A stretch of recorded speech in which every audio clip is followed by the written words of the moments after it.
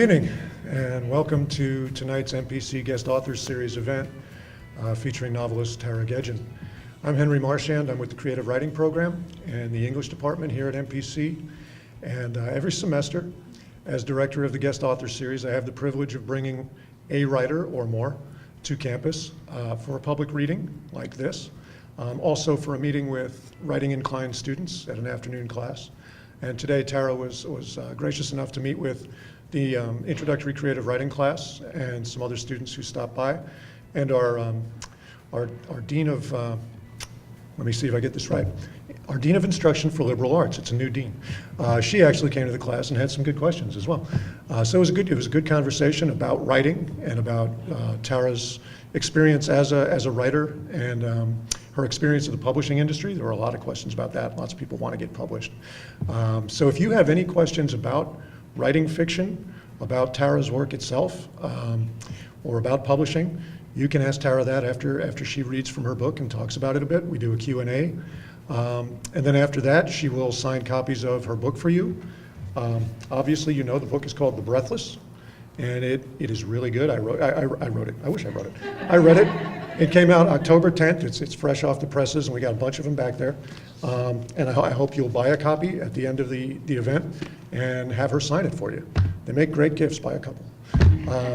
And unlike the ticket sales, you can use plastic to buy the books in the back of the room, so you don't even have to pay for it right away. It's a beautiful thing. About the guest author series, I just have to do a little bit of nuts and bolts here. This offering of MPC, I think, is a vital part of what we do here in terms of the English program and the creative writing program. Bringing writers to campus to interact with our students and to talk with people about what it is that writers do. To me, it seems like the natural and essential complement to the study of the literary arts.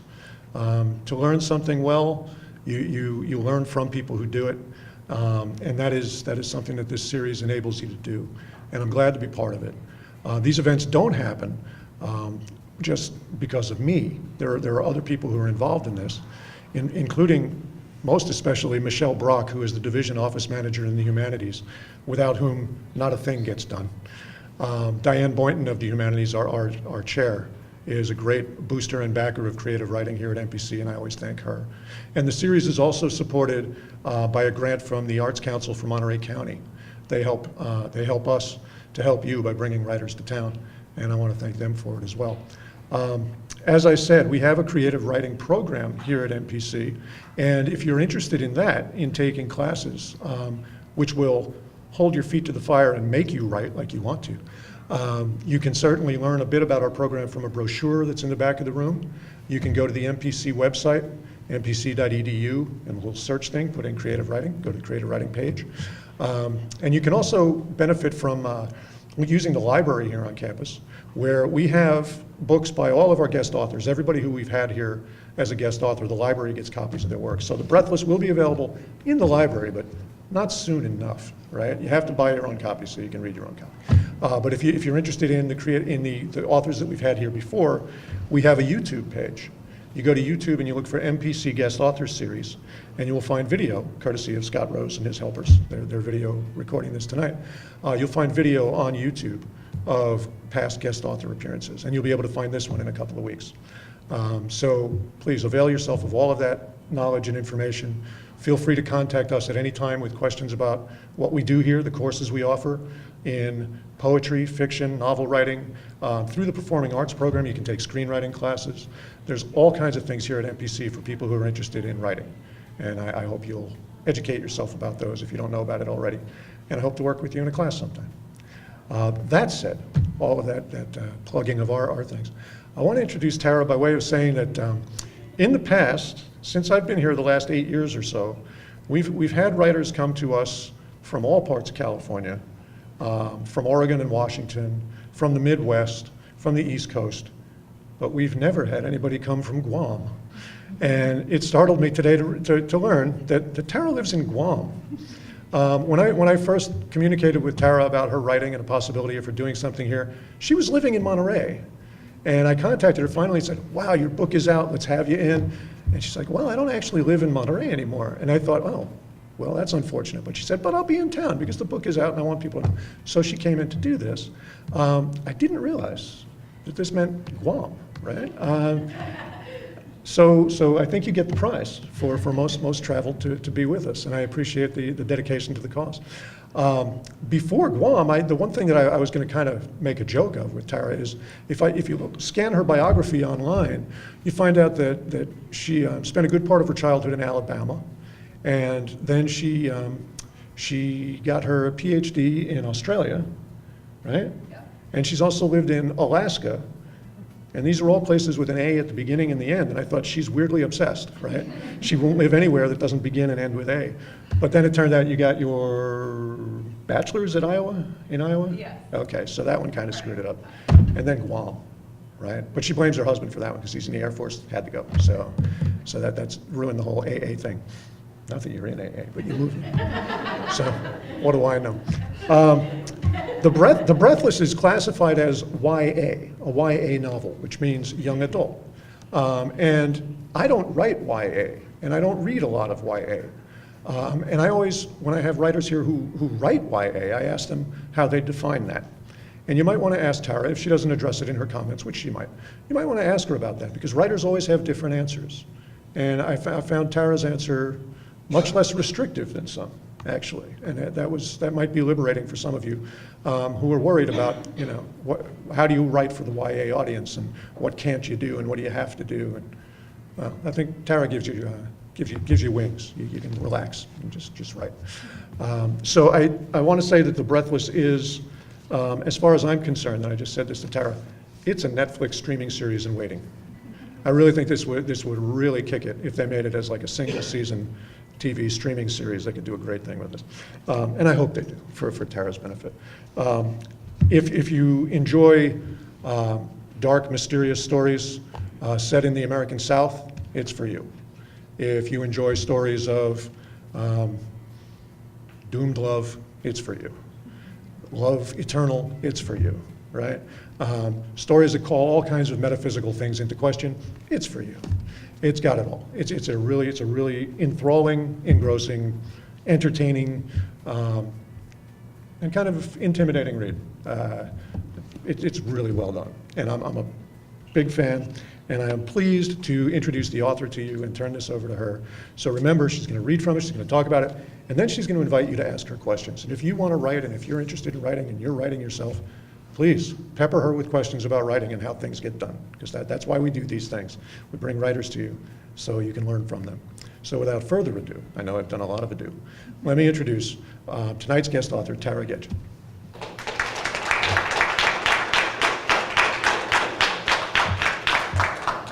Thank you, Henry. That was a lovely introduction, and I hope someone from Netflix is listening tonight. Yes, so I just wanted to thank all of you guys for coming out tonight. I see some familiar faces. I really appreciate it. And the last time I was here, I came to see Joyce Carol Oates in the auditorium, so it's quite an honor to be part of the same reading series. And being on campus really makes me miss teaching. I came into writing young adult fiction through sort of a long road. In college, I knew that I wanted to be a writer, but I thought it was something that I had to do when I was much, much older, and I needed years of experience. So I set about trying to become a creative writing professor instead. So I went to the University of Alabama and did a Master of Fine Arts, and then I did a PhD in Australia. But ironically enough, working towards becoming a creative writing professor meant that I had less and less time to actually write. So I didn't really hit my stride until I started working as an editor in Sydney. And I think that happened for two reasons. Basically, one, I was just out of grad school, and I couldn't justify the cost of living in the city, so I had a really long commute, 90 minutes every day, and I was riding on the train, writing, not riding, I was riding too. But I also, I think the other reason that I started feeling more confident with my writing and felt like I was getting on my path was I started reading a lot of genre fiction, so horror, sci-fi, fantasy, for the imprint that I was working for. And I realized it was a return to the writing that I had loved reading as a teenager, and I sort of really started wanting to write that myself. So fast forward to an agent and a 2-book deal with Random House, and now we have my debut, first novel out, though not first novel written, but first novel published. And yes, so The Breathless is a mystery, as Henry described it. It's a mystery about a death in a peculiar house. And it starts off with 16-year-old May Cole, who goes through a tragedy and then starts to experience strange things in her house, things that she can't quite explain. She finds an old family book, something that's been passed down from generation to generation, and she thinks that it might have the answers she's been looking for, but in reality, it makes things far, far worse for her. So I thought I would start by reading the prologue, which will give you sort of an overview of this world. And the house that it takes place in is called Blue Gate. So here is Blue Gate. It isn't a night for raising. It isn't night yet at all. It's a hazy gray afternoon with the promise of rain. A layer of fog covers Blue Gate and the woods that surround it, but we can see inside the windows. Here, a family gathers at the kitchen table near a girl with hair that gleams. Her green eyes have a hint of gold, and she is a pretty thing. The kind of girl everyone points to and says, something big is going to happen to her one day. Today is her 16th birthday. In 2 years, she'll be dead, but she doesn't know that. What she knows is a secret.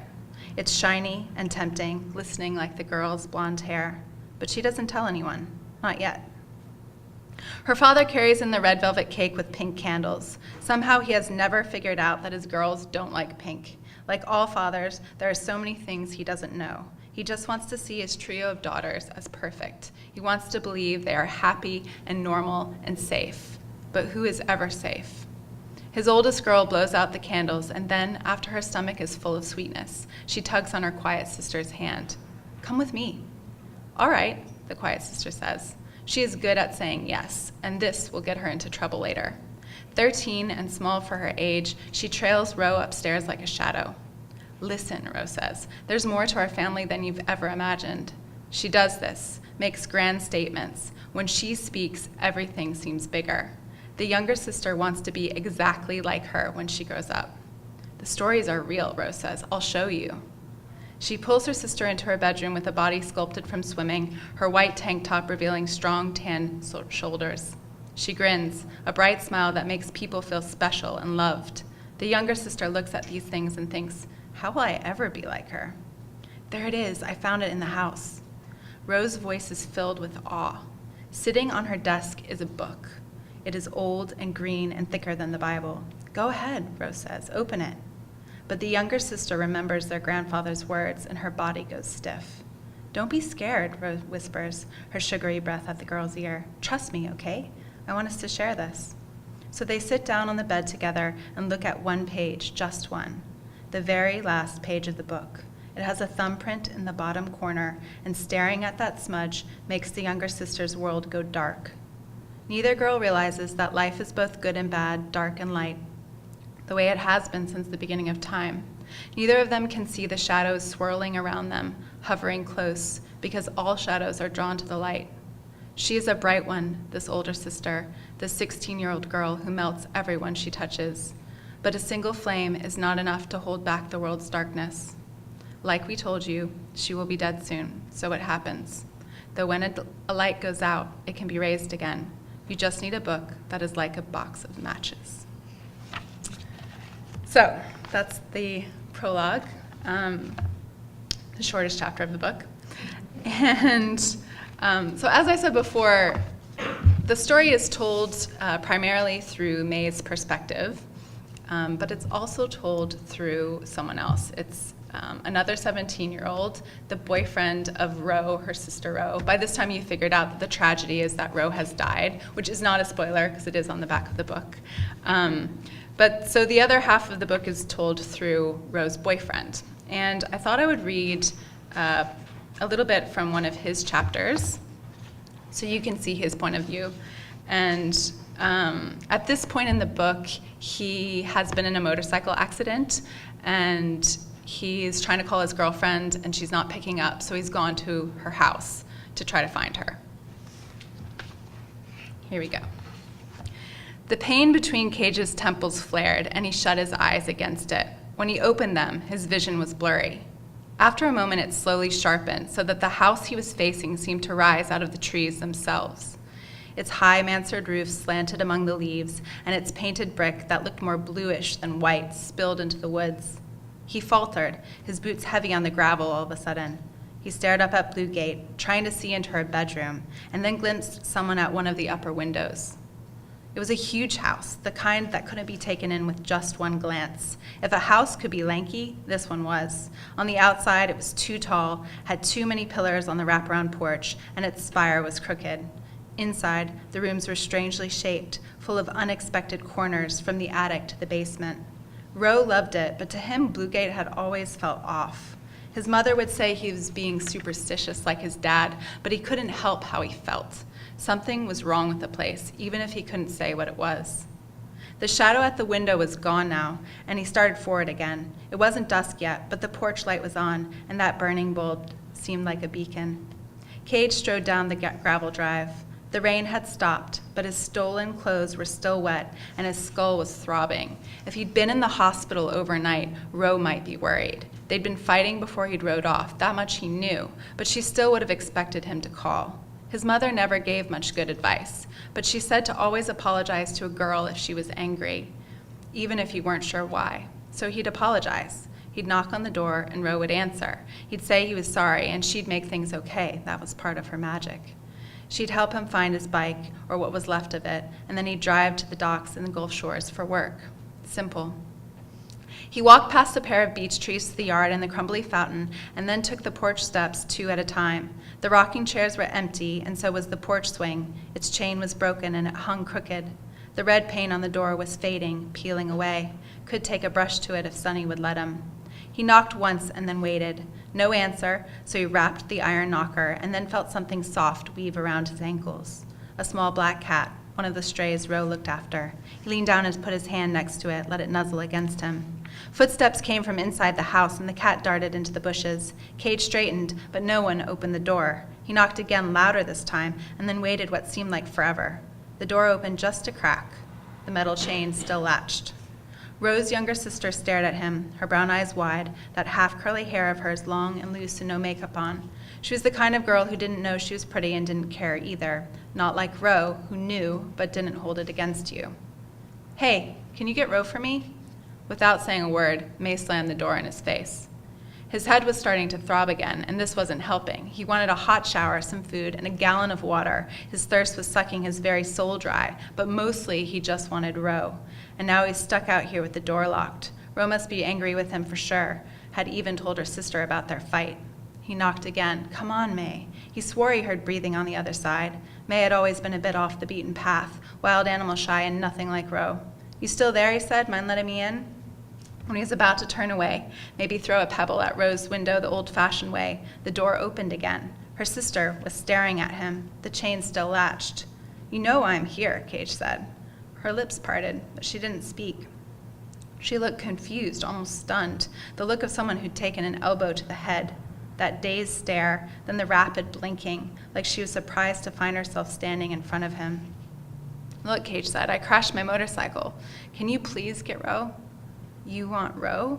May's voice was barely a whisper, but he waited, trying his best to let her finish. May had trailed off, and now she was tilting her head to the side as if she couldn't quite remember who he was. "But you can't," she said.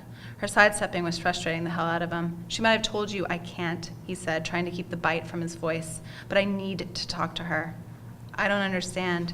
May's chest rose and fell under her thin sweatshirt. Her breath was jagged, like she might hyperventilate. It reminded him of his mother after the smoking got to her lungs. "Let me in for a second." His hand went to his head again. He needed to remember to explain himself. "Please, May."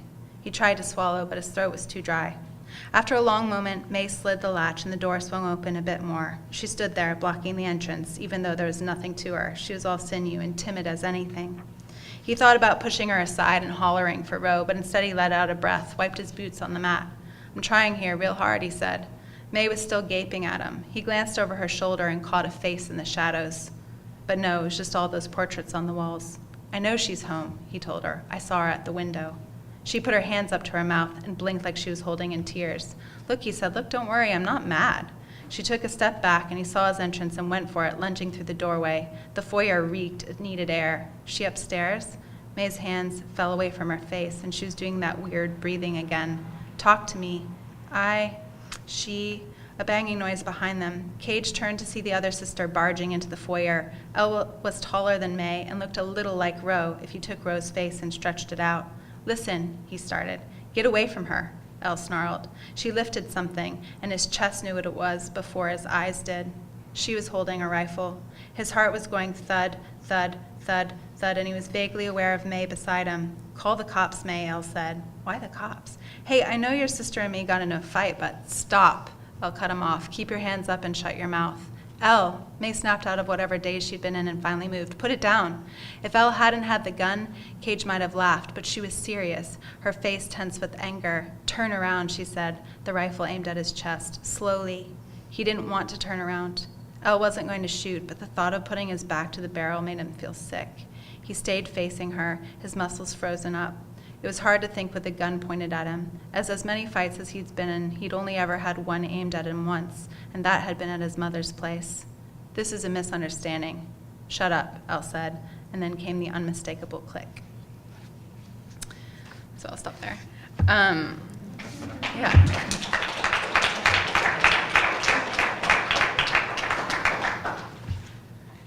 So, I don't know, with this book, most of it comes from May and from Cage, as I had said before, but I did also want to explore this mysterious book and its origins that everyone keeps referring to. So a very small part of the book, only a few chapters, are set in the 19th century. So I thought I would end with reading a little bit from Blue Gate in the 19th century. So this is 1859. Grady's hands are covered in blood as he drags his brother out of the gate. And I should have said that Grady Cole is the ancestor of May Cole, so you just get a little bit from his perspective.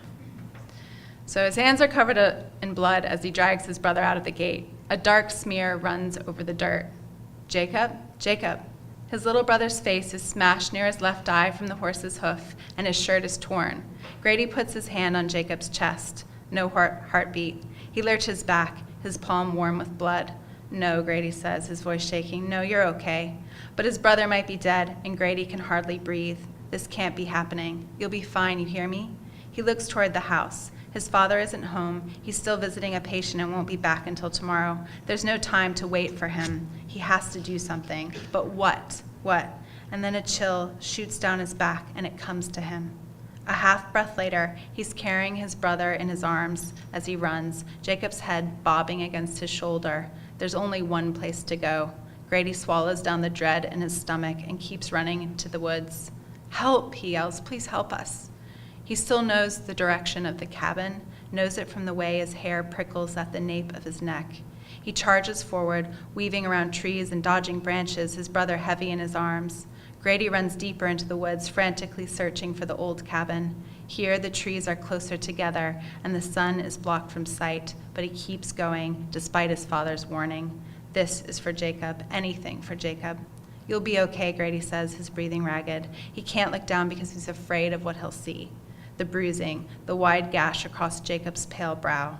Thinking about it makes adrenaline shoot through him, and he runs faster. There ahead. This has to be it. He's sure of it. As soon as he veers onto the overgrown path, he feels sick to his stomach. He doesn't belong here. He can feel darkness eating at him with every footstep. I have to, he thinks. And then the cabin is in front of him, and there's no turning back. It's covered in shadow from the trees, and behind it is the shed and well, and they're being choked by vines. An axe is wedged into a log, but otherwise there's no sign of life. Grady tries to ignore his terror and heads for the cabin door, still carrying Jacob. The old woman's got to be here. He doesn't know what he'll do if she's not. Help, he shouts again. I need help. A bad feeling rushes over him, and he turns. Behind him is a boy about his age with the palest skin Grady has ever seen. He's holding the axe and staring at him with dark eyes. My brother, Grady fumbles. My brother, he's hurt. I need he won't say which. Pearl, he says instead. Isn't her name Pearl? The boy doesn't answer, just shifts the axe higher in his hand. Grady's about to yell for the old woman when someone grabs his elbow. He startles. There's a girl by his side. How? He didn't see her coming, didn't hear her either. She's standing next to him in a slip of a dress, a yellowish color that would have been white once, and there's a faded red scarf wrapped around her hair and a red apron around her waist. She has to be the boy's sister. She has that same pale skin. Lay him down, the girl says, pointing toward the cabin. Somehow the door opens before Grady can touch it, and he stumbles into the dark room. Baskets are dangling from the ceiling, and cuts of meat are hanging at the back. He takes another step, and a sour smell hits him. In the dim light, he can make out a cot near the fireplace, a shape huddled under blankets. Don't mind Miss Etta, the girl says. Just put him on the table here. At the sound of her voice, Grady finds himself leaning over, laying Jacob's body on the stretch of wood. His breath catches when he sees his brother's face where the horse got him. It's too late for a doctor. He knows that now without a doubt. He turns back toward the girl, and she holds up a hand. I might can help, she says. No promises. Now leave. The boy is standing in the doorway, the axe still in his hands, his dark eyes trained on Grady. He gestures with the blade. Go. Come back in the morning. He smiles strangely. Or don't. Okay. Thank you.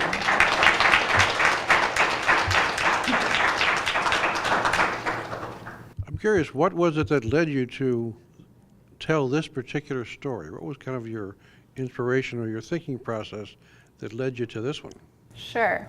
I could answer that a lot of ways. I think, first of all, I always had sort of a fascination with abandoned houses and ghost stories and that sort of thing. So those elements are present in the book. And I also set it in the South because I was 12 when I moved to Alabama. I had lived in 6 different states before that point. So Alabama was really unlike anything I'd ever experienced. And it felt, I felt very much like an outsider for a couple of years. And I think that impression that it left me really stayed with me. And I knew that I had to set a book there one day. But it also came about because when I was in Alabama, one of my friend's moms told me a story once. And she said that a very wealthy family was building this extremely elaborate house. And they had been known for sort of generations of cruelty.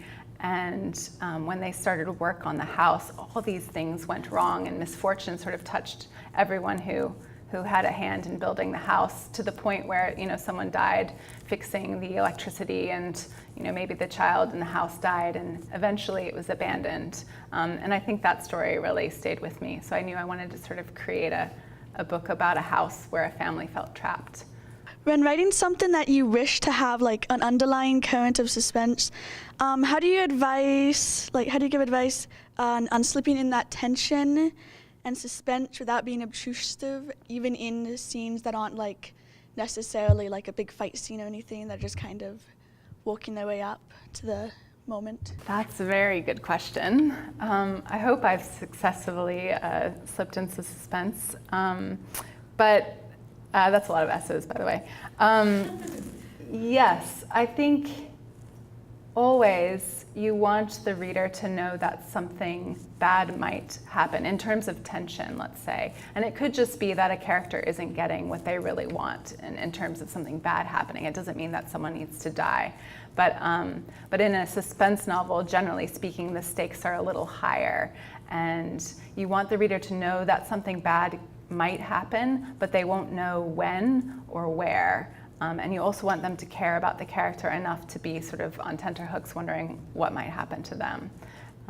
Yeah. Does that answer your question? Yes. Great. I was just wondering how long it took you to write the book and how many drafts you had to do. Okay, true confessions. So with this book, as I was telling the EN 200 class, that's right? It was 200? Or I'm not sure what they are. Anyway, as I was telling the class earlier today, with this book, it actually went through a lot of versions because initially I didn't really outline it. It was more of an organic process. And so there were a lot of revisions involved. And I would say it actually took me, don't tell anyone, but about probably 5 years to finish from start to now, or even longer if you consider that publishing sort of takes a couple of years to get the book out into the world. But with my second book, I was on a deadline, so that time frame is much, much shorter. It was a few months instead of that many years.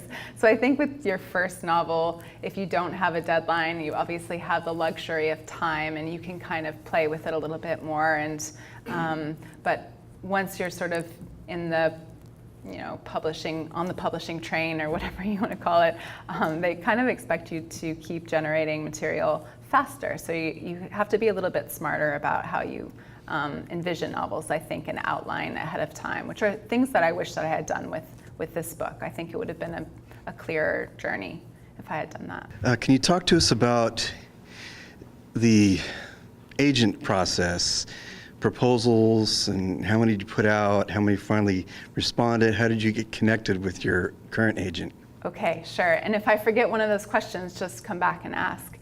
I'm curious too, how many people in the room are interested in being writers, or you may already be writers? I know there are a few writers here. Okay, so this question might be one that all of you have.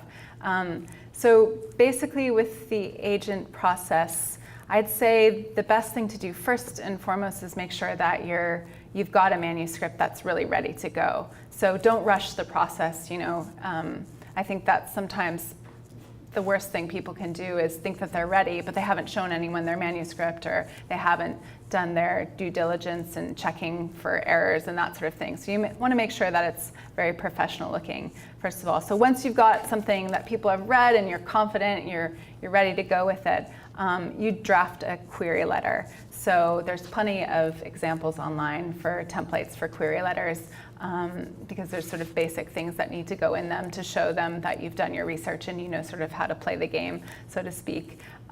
So once you've got sort of a template drafted for your query letter where you'd have sort of an exciting one-line pitch about your book and maybe a slightly longer summary, you'd probably want to make it a touch personal, not sort of go on and on about it, but a genuine interest in a particular agent. You might want to insert into the query letter. So the way that I found the agents I initially contacted was through the books that I really enjoyed. So I'd look up in the back, so you can usually find them in the acknowledgments section. So you can find out who my agent is if you look up in the acknowledgments. And I'd go to books that I really enjoyed, and I would see who the agent was, and then I would contact them. And usually agents let you simultaneously submit, so you can do maybe 8 queries at once, let's say, as long as their website allows that. You'd go ahead and check those rules.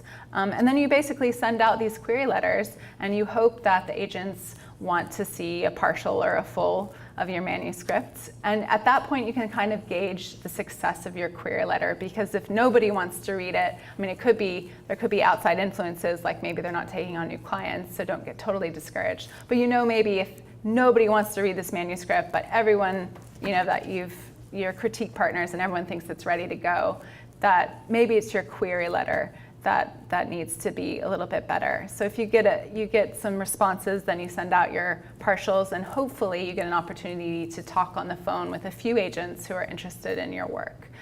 So that's kind of general broad strokes of the process. For me, I did all of those things. I had some agents interested, and then it was a little bit of fate with the agent that I ended up with, because I was in Sydney at the time, and an agent I had sent my manuscript to wanted exclusivity for 2 weeks, and I didn't really know what that meant. So I went to another agent friend who was Australian, who knew I was trying to get a US agent, and I said, hey, what does this term mean? And she said, oh, you're shopping around your novel, and it's about Southern Gothic. I think I know someone who'd be really interested, and that was the agent that I ended up with. So does that answer everything that you wanted to know? Yeah, great. Good.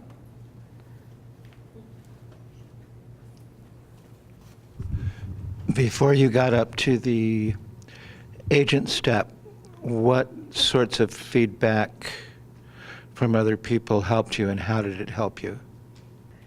Wow. I would say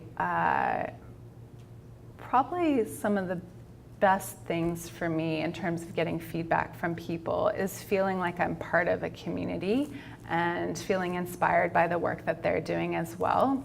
So for me, I was in academic, I was taking classes, so I was exchanging work with other students, but those students I ended up making lifelong friendships with, and even outside of the class, I was still exchanging them, and they're published authors today. So it was really valuable to sort of grow with writer friends, and you want to find, obviously, writers that you really trust. So you trust their feedback and you feel like you're on the same page, because ultimately you're the writer. So you have to find people that you think understand your vision and are speaking in a way that will help you improve the book that you're working on. With this book in particular, it did go through a lot of revisions, as I said. And I think one of the biggest was that initially it had 6 point of views, which is quite a lot. I mean, even 3 point of views can be a lot. So one of the best pieces of advice that I had was to cut back on those perspectives during the revision process. So. Thanks. Yeah, no problem. After going through the publishing experience, what would you tell other writers not to do, like things that you learned through the process, like through trial and error, that might make the process go smoother or easier, and you just look back and you go, why didn't I do that, or things like that? These are very good questions. Okay. I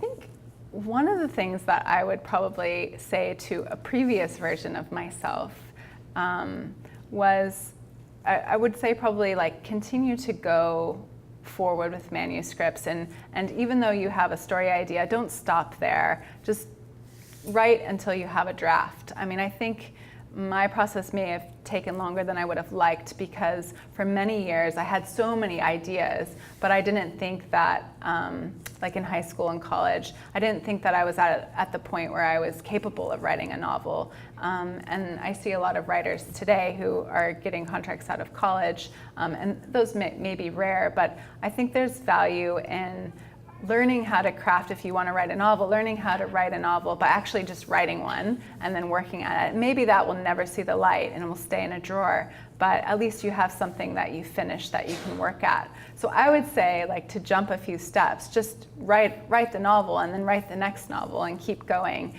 instead of sort of maybe thinking that you have to take one more class or read one more craft book, or, I mean, obviously you've got a foundation, but just keep practicing. Like, I think that's the most valuable thing to sort of do before you go on your way with publishing. And the other thing, I guess, to add to that would be to do your homework and figure out how the process, like going to these readings and asking questions and figuring out how the process really works. For me, initially, I thought publishers were on a pedestal, and agents were these mystical creatures, that may not be interested in someone as lowly as me or whatever. But really, people are just people. And when I started working as an editor, I realized that they're just like me, and you just have to find the right people who are interested in your work. What does a typical day of writing look like for you? Or when you're in the thick of it, how many days a week are you writing? Well, this is a hard question. I would answer it differently 9 months ago. I had my first child 9 months ago.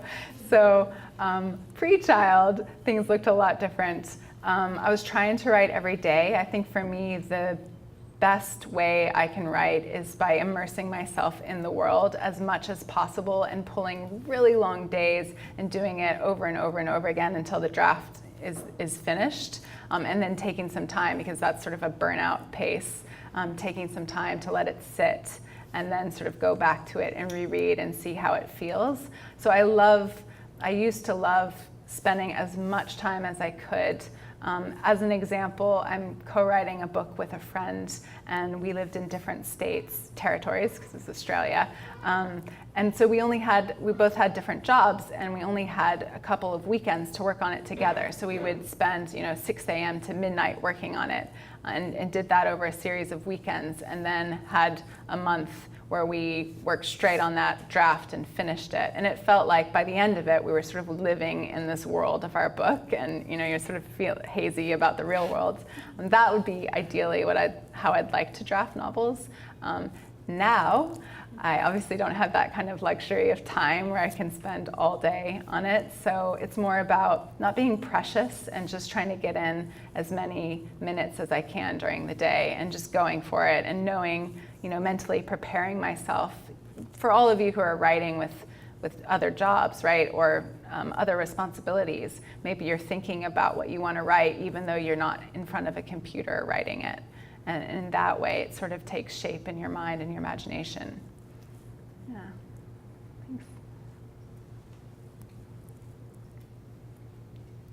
thanks. Did you ever consider self-publishing or have any thoughts on that?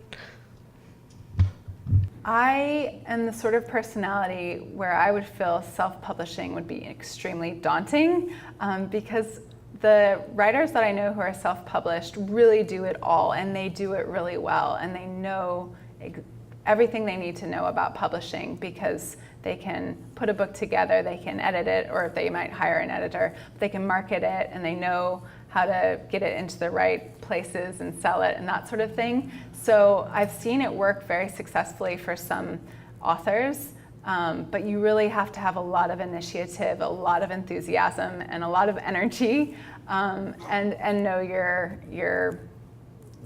know what you need to do to get it out there. Otherwise, I'd say it would take a lot of sort of trial and error to eventually get there.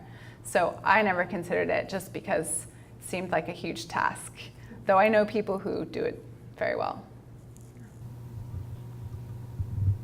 Okay, I have a question. You mentioned craft books before, and in class this afternoon you were talking about podcasts. Are there resources what are your top recommendations to people of books they should pick up about the craft of writing or podcasts they should be listening to? Okay.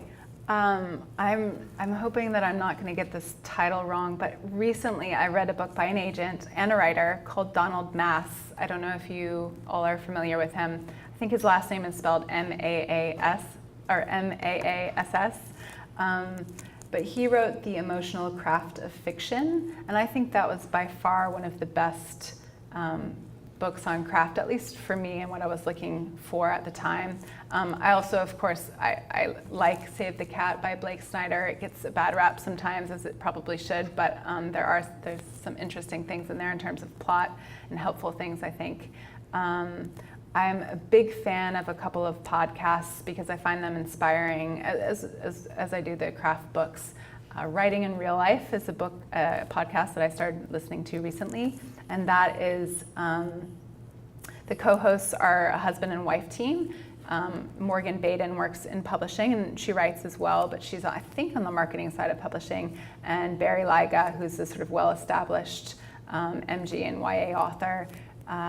They talk about writing and publishing and having kids while you're trying to write and publish. Very enlightening stuff. Another great one is Pub Crawl podcast, which is also by two industry professionals. One is a writer and former editor, and the other works, I think, in contracts. But they do a great job of explaining the ins and outs of the industry, from agenting process to what happens once you sell your book to how royalties work and that sort of thing. So lots of information there for writers. Did you say Pub Crawl? Pub Crawl podcast. Yeah. So PUB crawl, Pub Crawl. Can you speak to the definition of YA for us? Yes, I am happy to. Although, as I said before, I think probably a lot of writers would potentially answer this question differently. But to me, the most important thing that I learned sort of shifting from writing adult to young adult was that you don't need to take the sophistication out of the voice or anything. You don't have to speak down to your audience or anything like that. To me, the only difference really is is the fact that you've got a young adult who's the main character, a teenager who is the main character. And content-wise, I think you can put anything in there, really. Obviously not for MG or middle grade, the sort of younger 8th grade and below books, but for high school, I don't see that much difference in content between young adult books and adult books, in my opinion. So it's just having those teenage characters who everyone can relate to. That's why I think you have adults who love reading YA as well, because everyone's been a teenager. It's a great time to write about. In regards to the number of pages in your book, is there like a mandatory amount, and how do you know how much to write? Is there, you know what I'm saying? I would say stay away from the 1,000-page novels, unless you're George R.R. Martin. Genres required like a certain amount of pages, and No, it's actually it's a good question, and I think you tend to see with young adults the range about 60,000 words to 80,000 words. So not page count so much as word count. It's a little easier way to measure it. And middle grade, I think, is 60,000 to a little bit shorter. So maybe 50,000 to 60,000, depending on what sort of genre it is. So fantasy books tend to run longer in any sort of middle grade or young adult or even adult. So you tend to see, I think most novels are sitting at, even adult novels are sitting at about 80,000 as an average. But don't quote me on that. I think that might be the right number. Translate into page count? Ooh, maybe like 280. What do you think, Shelley? Oh, 300. Yeah. About 300 pages. And this one is a little longer. Just. They say creativity is iterative, that it takes like 10,000 hours to get really good at something. How did you know in your craft that you were ready? And also, how did you know that Breathless was the one to get published? That's also a very good question. You know, I have a couple of practice novels that I had a previous agent for, and it just didn't work out. And I'm really glad today that you cannot buy those books in bookstores the way that you can buy The Breathless. So I think, you know, sometimes you probably just know. People say that, you know, take it as you will, but sometimes you just know. And I also think sometimes you do need outside eyes on a project, because maybe you're really close to it, and that's when having a professional that you trust, like an agent that you know has a good reputation, give you advice, or, you know, critique partners give you advice and tell you, hey, I think this is ready to go. Did you ask another question in there? How did you know that Breathless was the one? The Breathless? I think I was just ready. I had written a lot. I had spent a lot of hours, those 10,000 hours that you talk about. I feel like I definitely had spent them. And it was the book that I knew I sort of wanted to read this kind of book. I think that's when my writing really changed, when I started looking at it as, hey, what would I personally be really excited to read, and not what do I think is good writing, or what do I think the industry wants. Because as soon as you try to write to a trend, I mean, publishing takes so long. Unless you're self-publishing very quickly, the trend's already over by the time the book is out there. So I think it's just about being passionate about what you're writing, doing your homework, and knowing what's out there and what comparison titles are out there, and seeing, you know, how you'll present it and pitch it to an agent and an editor, and then feeling like, hey, let's see what happens. It's a roll of the dice. And some authors say, you know, they have these brilliant books and they may not find a home, or they might get 20 rejections or 200 rejections before they find a home, and then they turn out to be a bestseller. So publishers don't really know what's going to hit. And sometimes as a writer, I think you just have to, once you know you've really gotten those 10,000 hours in, you just have to go with it and see what people say. On the way over here, I found out your first name. That's Irish, right? Tara. And then I said, all right, that makes me think of Gone with the Wind, where isn't the estate called Tara? Yes. Now you said you've spent time in the South, correct? Did you ever study that author? Is it Margaret Mead? Mitchell. Margaret Mitchell. Yeah. Did you ever study anything about her? You are putting me on the spot. I have never read Gone with the Wind. Maybe I should go home and go to the library or something. My dad just liked the name. So we had never lived in the South prior. Well, I had never lived in the South prior to being named, but I think he just really liked the name, and possibly from the movie. So, or the book. Yeah. Hi, we've talked a lot about the content, which I'm really excited about. I've really enjoyed listening to it via audiobook. But I'm curious about the, huh? No, oh, no. I actually wanted to ask you about the cover. I mean, we've talked a lot, like I said, about the content, but did you envision like what would be on the cover, and did you have to work with several artists, or how does that process of like getting the cover? Yeah, that's a great question as well.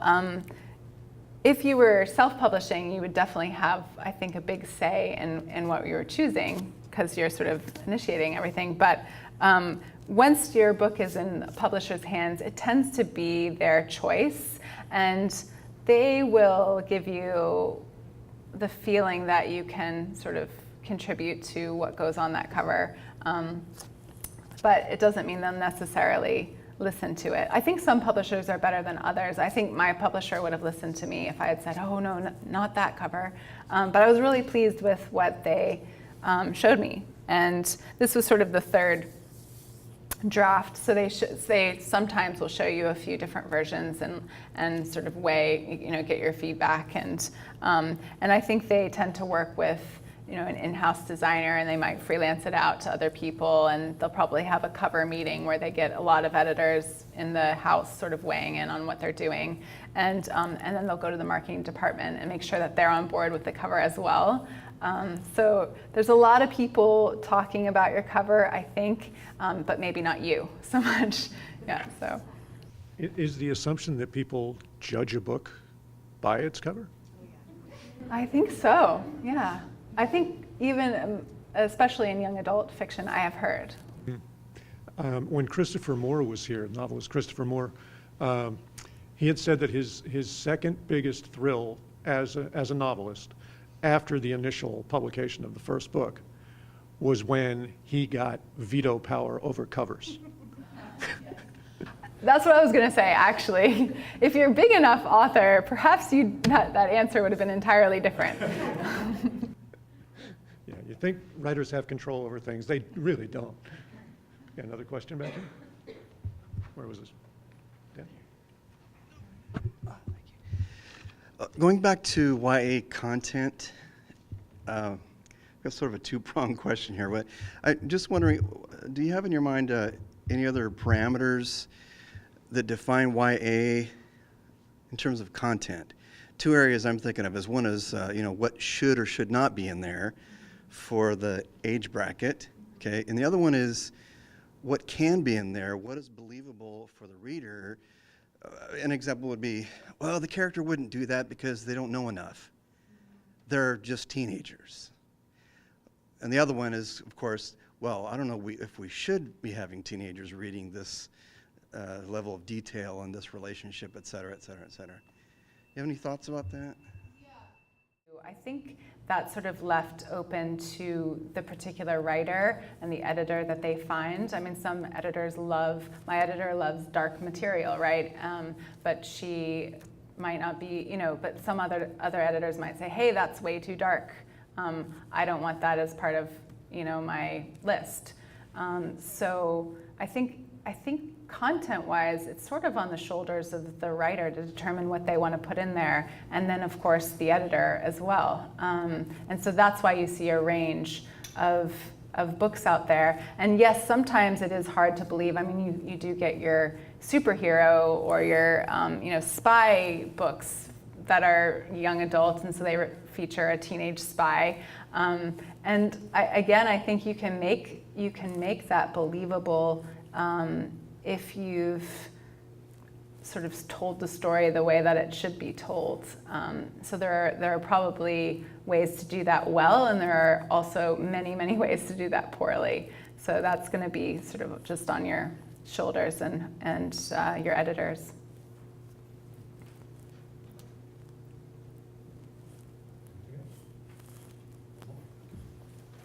Just do one more, and we'll let you off the hook here.